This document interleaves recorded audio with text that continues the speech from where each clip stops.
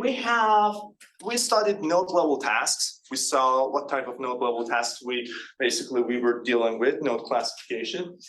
And now we are looking at edge level tasks. So the most prominent example that you will encounter in link prediction is edge level tasks is going to be link prediction. So what does that mean? In link prediction, you have a single graph again. You know all the nodes for this graph, but you don't know some of the edges. So some of the edges are missing. And the goal is to predict the missed edges. So this can happen in multiple places. So for example, sometimes the graph is evolving with time, and the time for these basically connections has not come yet. So you want to predict, for example, you have some basically network, let's say a social network, you want to predict the trend that the users are going towards. And sometimes you just don't know about basically something. So you want to recommend somebody to buy something on Amazon and you just don't know their interests. It's already there, but you don't know it. So the training data that we have here is all the nodes. Some of the edges, so a subset of edges, so both nodes are a member of all nodes in the graph, but the edges are only a subset of all the edges in the graph. So these are your training edges, these nodes, and it's basically our training data. And the edges that you predict are your test edges. Saturation. Before moving to examples on link prediction, I'm going to talk about two types of graphs that you will see a lot when dealing with link prediction problems. So we'll introduce those before moving to the problem. One type is heterogeneous graphs. So heterogeneous graphs are a type of multi-relation graphs that also nodes have different types. So last session, we talked about multi-relation graphs that are graphs that have different type of edges between each other. So this type of, so I gave an example on the different type of bounds in a molecular graph. Now, here, in addition to having different type of edges, we also have different type of nodes. So we can, if we basically look at the set of all the nodes in the graph, we can divide it into disjoint subsets of nodes. Let's call them V1 through Vk, where they don't overlap. So there are no nodes that basically two different subsets share. And each edge, all right, and sometimes we can, in basically heterogeneous graphs, in most cases, there are some constraints on type of the relationships as well. So for instance, we say that this type of edge, Ti, can only happen between nodes of Vj and Vk. So let's say that this is a friendship, basically, and it can happen between, for example, two different groups. It can happen between family members because family members have family relationship, not a friendship relationship. Just for the sake of argument. All right, so I want to describe an example that is to predict side effects of, it's a basically link prediction problem. It's on a heterogeneous graph, and it's predicting side effects of combining two different drugs. So when people get old, they usually take a lot of drugs, pills. So my grandfather was basically, when he was old, he used to take maybe 15 different pills each day, and they were like, some of them were divided in half or quarters, small pieces. But at the end of the day, a lot of people in US also do that when they're basically about 75. So one problem with that is that when you have a pill, you know what are the side effects of that pill. But when you take a couple pills together, there are new side effects that appear that you didn't know of. Sometimes you take two pills, they don't interact with each other, it's fine. Sometimes two different pills, when you take them together, it's more dangerous than basically each of them together. So when you study pills, basically when you design a new drug, it is basically part of your study to see what are the side effects. But you can't really go and combine this drug with every drug possible in the basically world to see, okay, what are its side effects with this other one.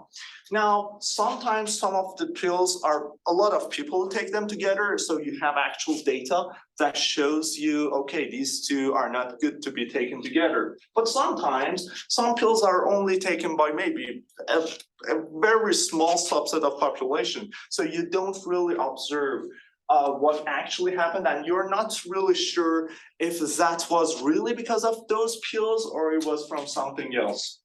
So in that scenario, we can use link prediction to predict if two pills are gonna give you a new side effect. So we represent, so drugs target proteins. When you take a drug, it's targeting some protein in your body, so it changes that protein so that it does basically a new metabolism, basically. So we show that with protein drug interaction here, and we show that with type tau2. It is this color, gray here. I'm not sure if it was gray. Oh, it is. Okay, I thought it was green. So now we have, these are representing proteins, these blue circles here.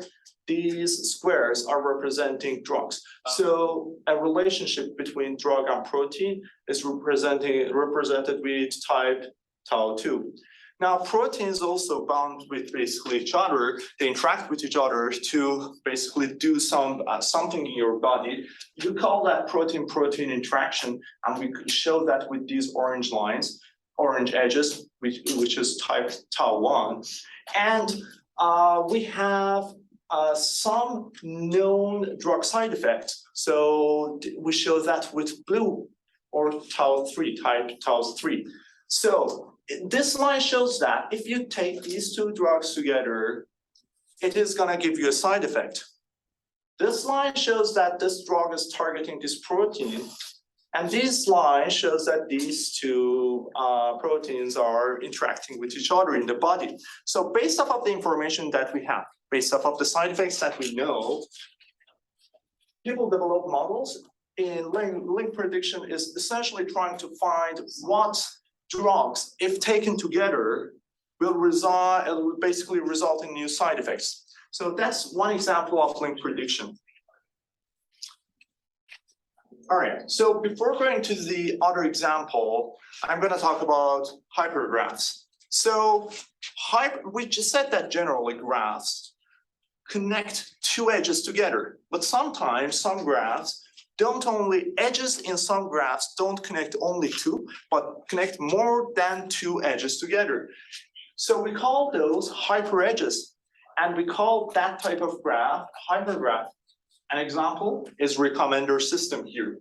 So we have these individuals who are interested in books. So each node here represents a person that reads a book.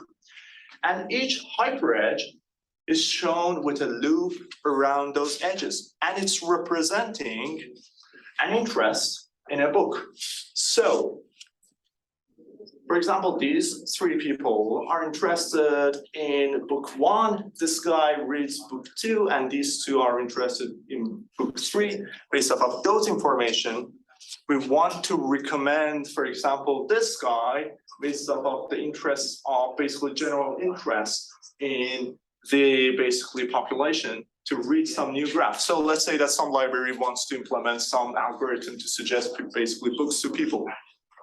Now, it is usually hard to deal with hypergraphs, and algorithms are written mostly for our regular graphs. So not regular graph has another meaning, but not hypergraphs.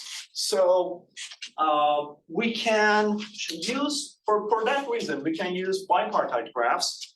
and represent the same information on bipartite graphs without losing any information, essentially. So what are these? Bipartite graphs are essentially a type of heterogeneous graph that have relationship only between nodes from disjoint sets.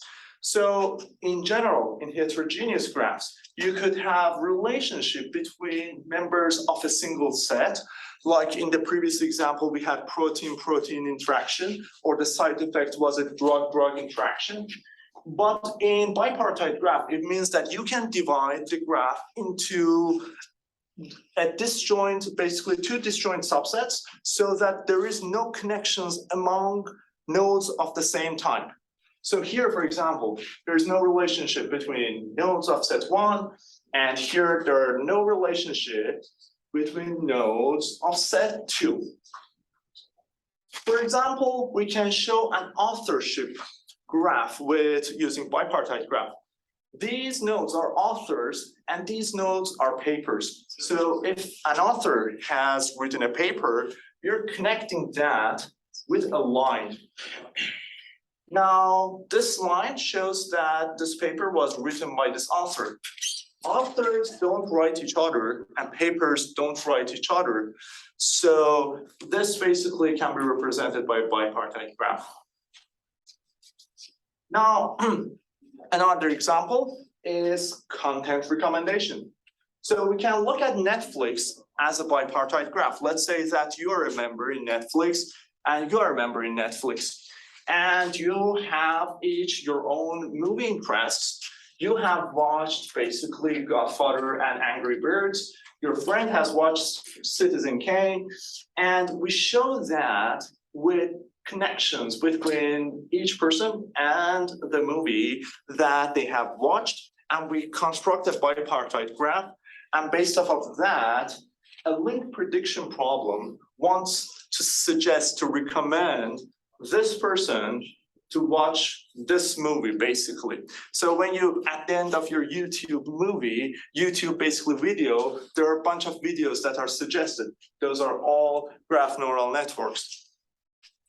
Now, sometimes we don't want to do the analysis on the whole bipartite graph, but we want to study a subset of one of the sets of the nodes. So let's say that in the authorship problem, we want to just study the authors. We don't really care about the papers. The way to do that is using an interesting property that bipartite graphs have, and that's called folding or projection. So we can take each subset of nodes that we have in a bipartite graph, and we can project that in a new graph.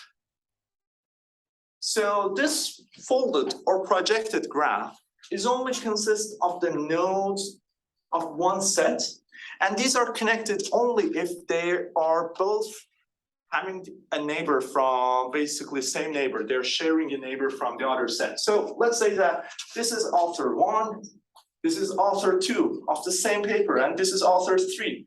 So these 3 have all basically been co-authors on this paper. So these are going to be connected in the projected or folded graph. So author 1 is connected to author 2 and is connected to author 3. But author 1 and author 4 have never co-authored anything, so they are not connected. But author 4 has co-written a paper with basically author 3, so they have an edge that connects them. So the first one was, for example, called authorship graph. This one is called collaboration graph. Now, let's say that, for example, you want to study basically what type of underlying communities these different authors are from. So you don't care about the papers, you just want to do some study on the authors. So that's where the folded or projected graphs are helpful. All right, so we had bipartite graphs. At the same time, we have multi-partite graphs. So this user, for example, This is an Uber Eats network. This person orders from this restaurant. So let's say that this is some steakhouse. This other one is some fast food chain. And this last one is some confectionery or a coffee shop or something. And these each serve some food. So this guy, basically this restaurant serves donuts and waffles. This other, the fast food joint is serving pizza and pasta and sandwiches. And the steakhouse also serves pasta, but also serves ribs. So there's a connection between restaurants and food. A connection between a restaurant and food shows that that restaurant is serving that food. A connection between a user and a restaurant means that that person has ordered from that restaurant through Uber Eats app.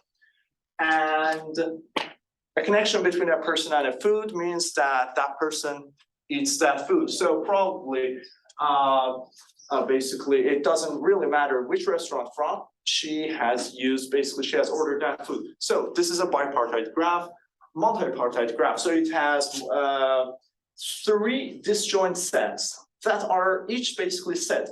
There's no connection within sets. So no foods connected to each other, no restaurants connected to each other, no users connected to each other. But there are connections between people and foods, people and restaurants, restaurants and foods. So using that, for example, Uber Eats wants to use this graph to recommend new foods to you. Next time you open the app, there's a new food suggestion, and they want to have an accurate, basically, suggestion so that you actually go and buy and purchase basically that food.